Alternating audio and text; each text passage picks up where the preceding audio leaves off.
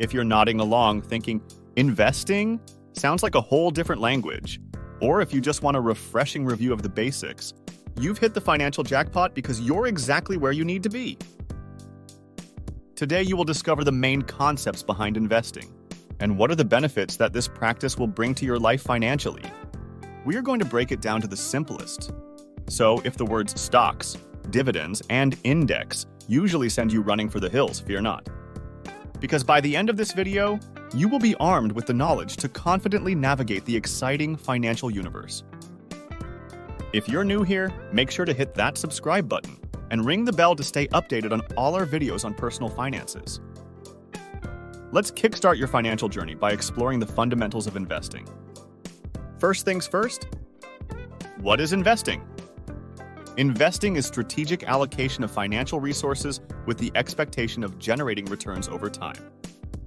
The fundamental principle of investing is the acknowledgement that money can work for you. Investors assess risk, conduct thorough research, and diversify their portfolios to manage uncertainties and optimize potential gains.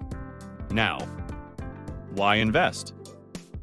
There are many reasons why investing is crucial for your financial future. Wealth multiplication.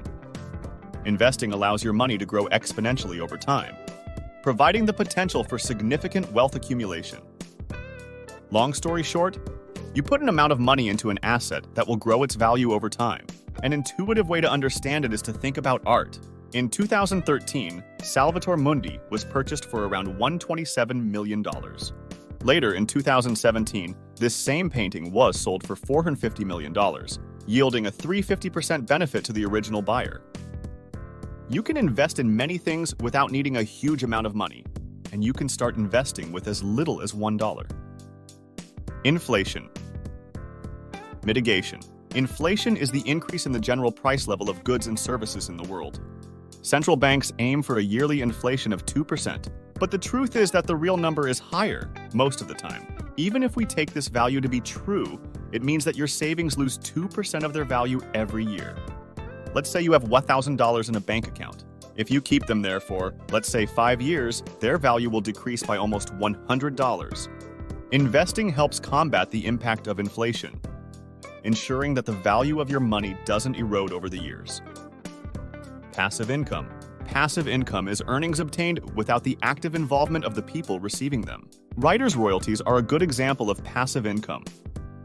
When someone writes a book, they can earn money for years without having to do anything, as they get paid for every book that gets sold. Certain investments generate passive income, contributing to your wealth without requiring constant effort. The most common passive income streams when it comes to investing are dividends paid by companies. If you don't know what these are, don't worry. We will get back to it later in the video. Think of investing as planting seeds for your dreams, allowing your money to grow over time. There are many forms of investments. Some are more complicated than others and require more expertise in the field. However, others are very simple and safe. Let's dive deeper into the world of indices, ETFs, stocks, and REITs to make your investment journey a breeze. Stocks.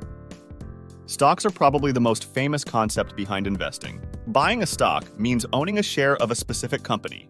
When you own a stock, you essentially own a piece of that company and become a shareholder. This means you own a share of the company's assets and earnings. If the company grows its value over time, the value of the portion you own will also increase. Therefore, you might buy a stock at a $20 price and see it multiply its value by 2, 3, or 10 after a period. Let me be clear here. Investing has an associated risk. The value of a company might go higher or lower depending on many factors. Your initial investment can multiply its value, but it can also lose it. You need to be careful about what stocks you want to invest in, and be sure that you are confident in the company's ability to keep growing. Many companies show a growing tendency over time, like Apple, which has grown 37% in the last year and 45% in the last 3 years. However, past performance is no guarantee of future results. At this point, we need to talk about dividends. Let's say you own a share of a company, and that company manages to have profits after a certain period. As you own part of the company, you are entitled to a share of those benefits. Some companies might just reinvest these benefits in the company for research or other improvements, but some others might give away a part of them to the shareholders. This will give you an amount of money proportional to the share of the company you own credited to your account. Index. An index is like a financial benchmark, a way to measure and represent the performance of a group of assets or a specific market. Think of it as a snapshot of how things are going in the financial world. An index is a list of companies with a common aspect. For example, the S&P 500 compiles 500 of the largest companies in the US, which represents around 80% of the US market capitalization. Some companies included in the index are Apple, Microsoft, Amazon, and Tesla.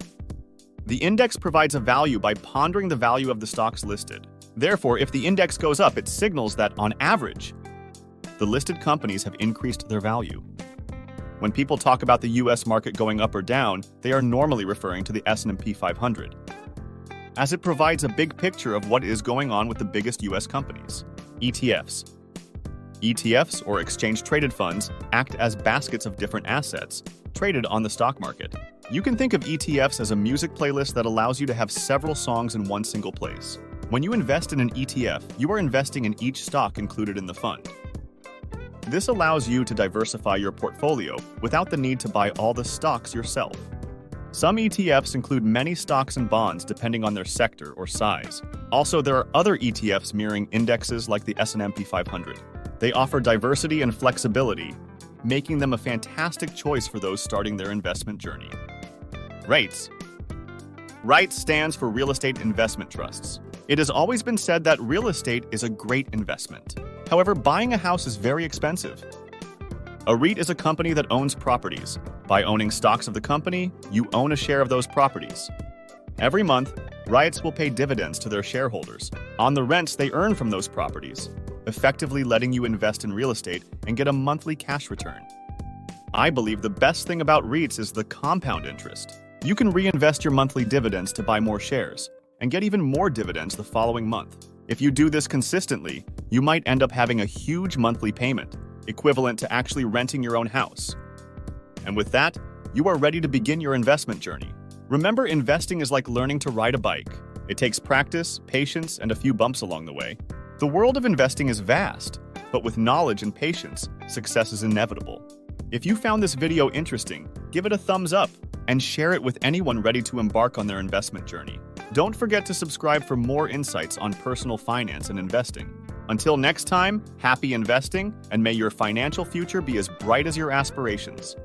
Stay mindful, stay wealthy,